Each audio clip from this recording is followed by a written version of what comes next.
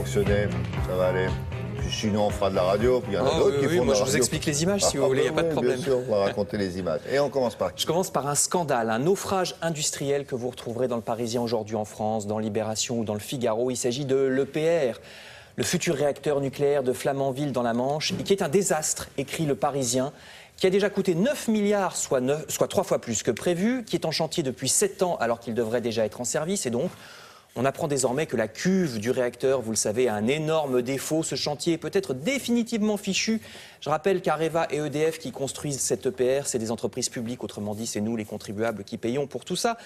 Libération fait sa une sur ce réacteur nucléaire nouvelle génération qui était censé être formidable, plus rentable, plus sûr.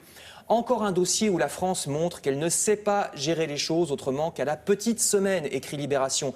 Le pouvoir politique de droite comme de gauche est incapable de définir des grandes stratégies et des lignes de conduite. Parce que ce fiasco vient d'une mauvaise organisation avec des luttes d'ego de grands patrons, dit le journal. Et l'État aurait tardé à prendre ses responsabilités pour mettre de l'ordre et siffler la fin de la récré, comme on dit au football. Là, c'est un peu pareil. Des querelles de personnes, ça peut entraîner de tels déficits. Oui, bah oui, parce que et le fait qu'au bout, une querelle de personnes, et au bout du compte, vous avez une cuve qui est pas conforme. Parce que les choses ne sont pas organisées, oui, celui qui devait vérifier l'a pas fait. Vous voyez, vous imaginez ? C'est un petit peu grave. Le Figaro également revient sur cette affaire dans ses pages économie. Vous pourrez lire tout ça. Ce matin, le journal La Croix, lui aussi, fait son principal dossier sur la politique industrielle française, pas seulement sur le secteur nucléaire.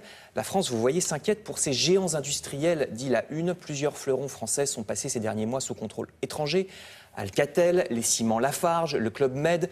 Nous sommes dans un monde où les pays n'appliquent pas les mêmes règles du jeu, dit un banquier interrogé par La Croix. La France rapetisse parce qu'elle a laissé la dette se creuser et le déficit du commerce extérieur aussi. Vous savez, on achète tout en Chine au lieu de fabriquer nous-mêmes. Résultat, on n'a plus d'argent dans nos caisses et les étrangers, eux, en ont beaucoup. Donc, ils nous rachètent.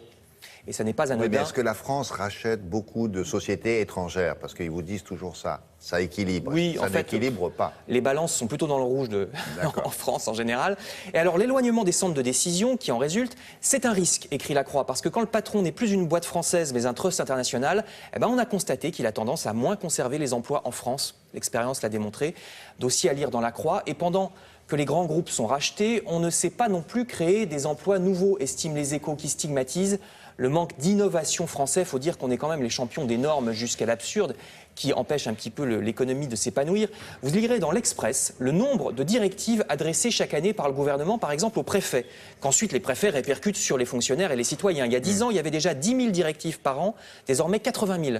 Avalanche de normes, notes et directives de la part de l'État. Vous avez vu Thierry Mandon, secrétaire d'État à la simplification, qui a donc fort à faire en la matière. Je passe maintenant à une autre polémique, la réforme du collège, dans le Figaro ou les Échos.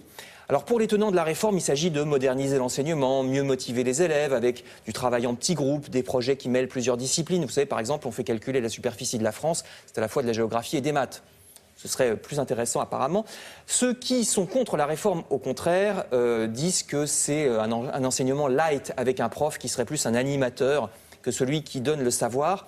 En tout cas, une chose est sûre, le jargon de l'éducation nationale est toujours aussi comique. Vous allez voir, le Figaro donne quelques exemples picorés dans les instructions officielles. C'est pour le cours de sport que c'est le plus drôle. Oui. Par exemple, créer de la vitesse veut dire courir. Se déplacer dans un milieu aquatique profond standardisé, ça veut dire aller à la piscine. Voilà, exactement, nager. Aussi pour nager, il y a traverser l'eau en équilibre horizontal par immersion prolongée, que j'aime bien. C'est bien ça. Il est bien celui-là. Hein. Ah ouais. Voilà, des perles de l'éducation nationale dans le Figaro. Traverser l'eau en équilibre horizontal par exemple. Ouais. Non, mais ce qu'il faudrait, c'est féliciter l'auteur de la phrase. Ah oui, ça devient poétique. On leur remettrait un petit quelque chose, un objet, mais vraiment.